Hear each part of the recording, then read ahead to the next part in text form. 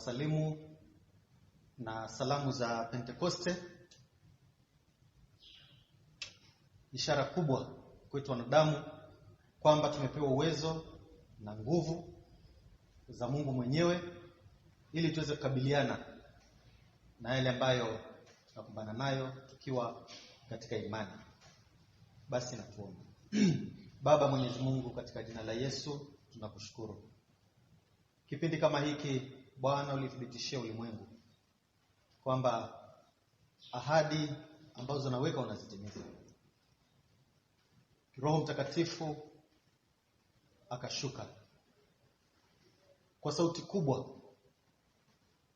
na akajidhihirisha kwamba amekuja kwa ajili ya mataifa yote, kila mwanadamu akapate kufikiwa na ujumbe wako. Tunapotafakari neno lako wakati kama huu, Mungu Roho Mtakatifu aendelee kutuongoza kwa Yesu Kristo Bwana wetu. Amen. Basi wapendwa, napenda nisome kutoka Matendo ya Mitume, mlango ni ule wa 10, mstari wa 34 na wa 35. Tunasoma hivi: Petro akafumbua kinywa chake akasema, hakika natambua ya kuwa Mungu hana upendeleo, bali katika kila taifa mtu amchaye na kutenda haki hukubaliwa. Huu ambao Mungu amenihimiza ili niweze kuwasiliana na nyinyi mchana huu leo ama siku hii ya leo ni kuhusu uhusiano wetu na Mungu.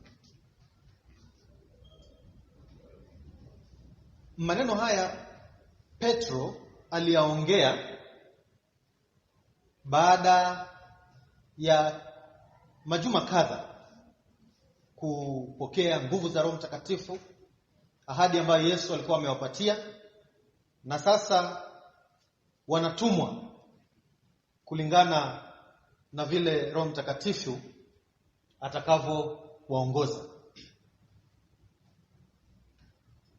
Kwanza nataka tu tuangalie kwa ufupi Pentekoste. Tunaielewaje hii Pentekoste? Maana yake ni nini? Maana wengi tunajua Pentekoste kutoka kwa makanisa ya Kipentekoste, lakini Pentekoste hasa maana yake ni nini? Pentecost kulingana na kalenda ya Kiyahudi ni ile wanaita Kiingereza Feast of Weeks, ama tunaweza kuita karamu ya majuma. Ilikuwa inaadhimishwa na Wayahudi wanapokutana pale Jerusalem, mahali pote ambapo Wayahudi wako wanakutania pale kwa ajili ya kuadhimisha siku hiyo. Na siku hiyo, siku kama hiyo ikiwa na Pentekoste, ndio siku ambayo sisi kama kanisa wakati huu la Kristo tunasema lilipata msukumo mpya, ama ndio lilianzishwa rasmi wakati Roho Mtakatifu alipowashukia wapendwa wakiwa pale Jerusalem, baada ya Yesu kuwaambia kwamba kaeni Yerusalemu mpaka mtakapopokea nguvu. Kwa hivyo tunaposema Pentekoste, basi tuielewe kwa njia hizo mbili, kwamba ilikuwa ni kuadhimisha siku ambayo Roho Mtakatifu alishukia wapendwa, ahadi ambayo Yesu alikuwa ameielezea na sasa imetimizwa, ilifanyika siku hiyo. Lakini kiini chake ilikuwa ni siku ya Wayahudi kuweza kukutana katika karamu hiyo ama sherehe hiyo ya majuma ambayo anaita Feast of Weeks.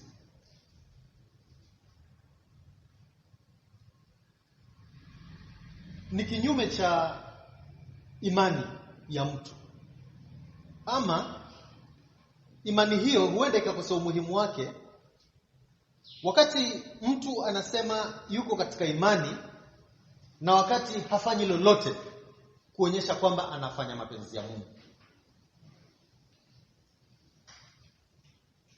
Anasema anamwamini Mungu, lakini matendo yake hayaambatani kabisa na mtu ambaye anasema anamwamini Mungu. Mtu yoyote ambaye anamheshimu Mungu atajitahidi kutenda yale ambayo yanaambatana na mapenzi ya Mungu ama yanaambatana na neno la Mungu.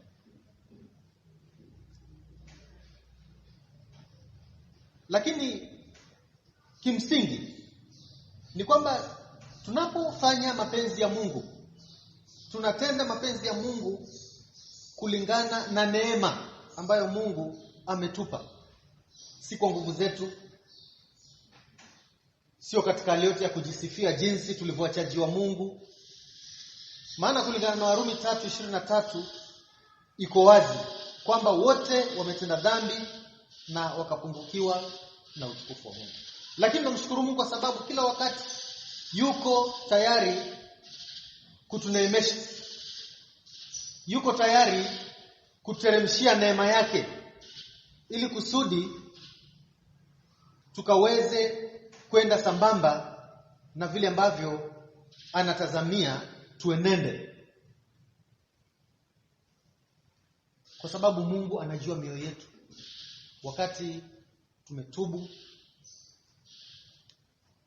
wakati tumejirudia, wakati tumetafakari yale ambayo yamepita hapo nyuma ambayo hayakumpendeza Mungu, tukayatubia, Mungu anajua mioyo yetu. Na kikubwa kabisa ni kwamba hatuwezi kumdanganya Mungu kwa hali yoyote, kwa sababu anajua mioyo ama anaangalia mioyo. Daudi akiwa anapakwa mafuta kama mfalme na Samueli alipitishiwa watoto wa mzee Jesse pale kadhaa. Na wakati wakipita alikuwa anavutiwa sana na hali ya maumbile, hali ya kimo kwa mtazamo wake wa nje. Lakini Mungu akamwambia usiangalie nje ama usiangalie urefu wake, usiangalie kimo chake. Mungu haangalii jinsi mwanadamu anaangalia kwa nje. Mungu huwa anaangalia katika moyo. Mtazamo wetu wa kuangalia mambo kwa nje yametufanya mara nyingi tumefanya maamuzi ambayo sio. Kwa sababu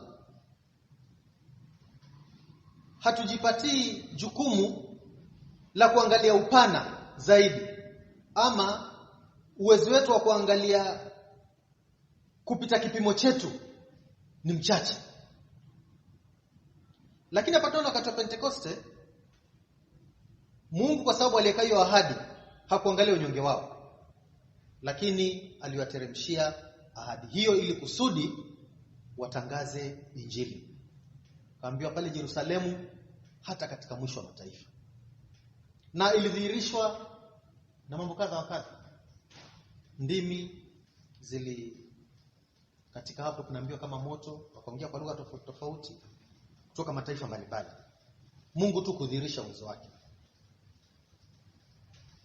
Katika nguvu hizi walitarajiwa kwamba watakwenda katika mataifa yote wakihubiri katika hali ya kawaida, hali ya mafundisho ya ufahamu wa watu, na pia hali ambayo si ya kawaida kupitia kwa ishara na miujiza. Petro alikuwa na asili wa Kiyahudi.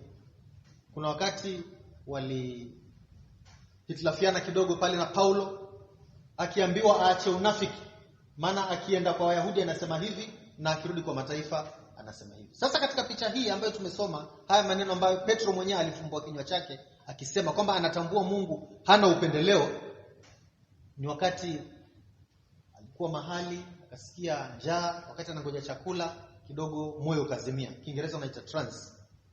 Basi pale akaletewa picha ya viumbe vya kila aina katika kitambaa cheupe. Akaambiwa chinja ule. Akasema hawezi kula ambacho ni najisi. Lakini kumbe wakati huo ndio ilikuwa ni kipindi chake cha kurekebishwa fikra yake. Mungu akimwambia kwamba usijaribu kuita kitu najisi ambacho ni kitakasa. Alafu hiyo sasa ikathibitishwa tena wakati Roho wa Mungu tena akamwendea mtu ambaye anaitwa Kornelio, ambaye alikuwa ni askari wa Kirumi, ambaye ni mtu wa mataifa kulingana na Wayahudi. lakini akatumwa kwa njia ya ndoto, akiambiwa atume mtu aende amchukue Petro. Mtu huyo atakuwa na mambo ya kumwambia. Na wakati Petro alipokuja na Kornelio alipotoa ushuhuda wake, ndio Petro akatokewa na haya maneno, kwamba hakika anatambua ya kuwa Mungu hana upendeleo, bali katika kila taifa kila amchaye na kutenda haki hukubaliwa na yeye. Nataka tuangalie mambo mawili. La kwanza ni kumcha Mungu, the fear of God. Hili ni furushi zima. Unaposema kumcha Mungu, ndani yake kuna kule kukubali kushangazwa na mambo ya Mungu. Kuna kule kumcha Mungu, kumhofu Mungu, kuwa na hofu ya Mungu. Kuna kule kumtukuza, adoration. Kuna kule kumheshimu, kuna kule kumwabudu. Kuna kule kuwa na imani na yeye, confidence in God. Kuna kule na kuwa na shukurani kwake. Kuna kule kuwa na upendo na mengi ambayo yanaambatana na hiyo. Lakini pia kumwogopa Mungu au kumcha Mungu inaweza kuwa ni kujitahidi usitende kile ambacho ni kinyume na Mungu. Maana wakati unapomcha Mungu utajitahidi usifanye kitu ambacho ni kinyume. Mtu ambaye mnaheshimiana utajitahidi usifanye kitu ambacho kitamtatiza yule mtu. Utalinda ule uhusiano. Kumcha Mungu kunakuja na mambo kadhaa. Kwa mfano katika Mithali 1:7, kumcha Mungu ndio chanzo cha hekima na maarifa.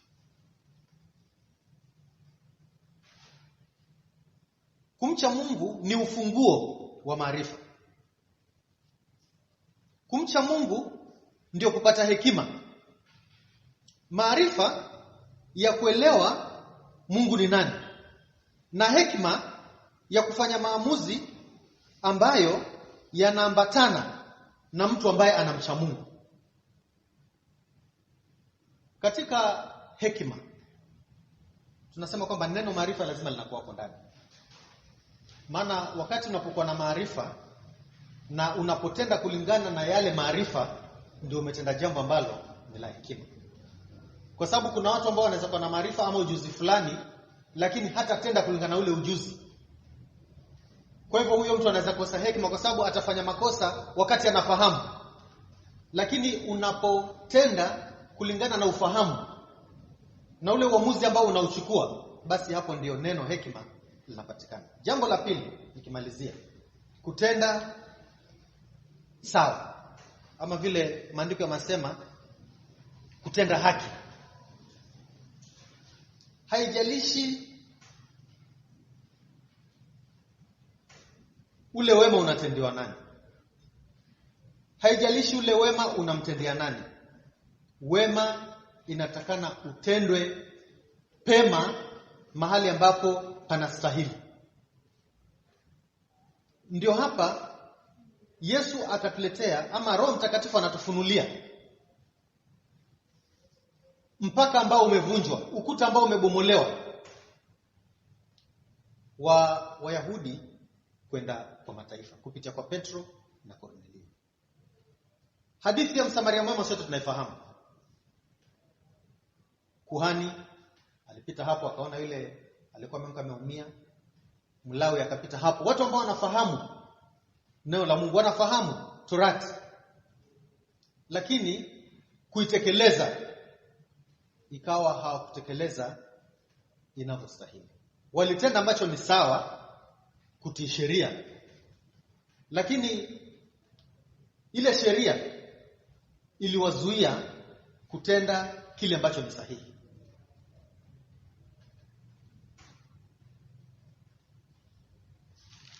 Nataka nimalize nikisema hivi.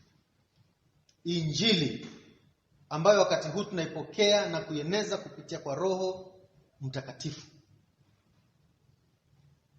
itaonyesha umuhimu wake, ama itapokelewa wakati tunatenda yale ambayo ni sawa. Pentekoste isiwe tu ni kupokea Roho Mtakatifu kwa ajili ya kuongea kwa lugha, kuomba na kama hiyo. Lakini inafanya kazi gani? Maana Roho Mtakatifu alishuka ili wanadamu waweze kumuliwa Mungu. Wanadamu wapate nguvu ya kutenda yale ambayo yanastahili. Wanadamu wapate nguvu ya kufikia wengine. Wanadamu wapate nguvu ya utakaso. Wanadamu wapate nguvu ya kuelewa. Yote ni Roho Mtakatifu, yote iko ndani ya Pentekoste. Lakini Pentekoste kwa dunia hii ya sasa inatuelekeza wapi? Wacha Mungu atusaidie ili kusudi Pentekoste isiwe tu ni ile ambayo inatufaidi sisi kibinafsi, lakini iwe ni ile ambayo itafika hata kwa wengine. Jinsi Roho Mtakatifu aliposhuka akafunua kwamba injili hii sasa ni ya watu wote. Ni Yesu kwa mataifa yote. Ni Yesu kwa watu viwango vyote. Ni Yesu kwa matajiri na kwa maskini. Ni Yesu kwa wale ambao wanajiweza na wale ambao wasiojiweza. Ni Yesu kwa kina mama na kina baba. Ni Yesu kwa watoto. Roho Mtakatifu afanye kazi hizo. Na naamini kwamba Mungu akitupatia neema ya kufanya hayo, lengo la Mungu kwamba uzuri wake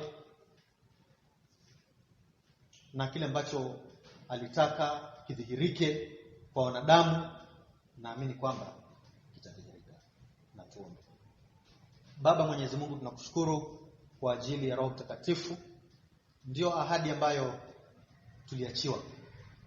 Ndio nguvu yetu wakati huu. Nguvu ya kukushuhudia, nguvu ya kutenda mema, nguvu ya kusamehe, nguvu ya kupatana, nguvu ya kujirudia, nguvu ya kuomba ushindi. Kila tunalohitaji Roho Mtakatifu umetupatia, maana umemuita msaidizi. Sisi ni watu wa kulemewa kama wanadamu na tunahitaji msaidizi. Kwa hivyo acha aendelee kutenda kazi njema kwetu. Acha aendelee kutusaidia kuvuka mipaka ile ambayo imekuwa katika mawazo yetu, imekuwa katika fikra zetu, imekuwa katika makabila yetu, imekuwa hata katika nchi zetu, ambayo inatuzuia kupokea hizi baraka. Ili tuishi tukijua kwamba kuna Mungu ambaye anasimama pamoja nasi. Mungu ambaye ni Emmanuel. Tunaomba kwa Yesu Kristo Bwana wetu.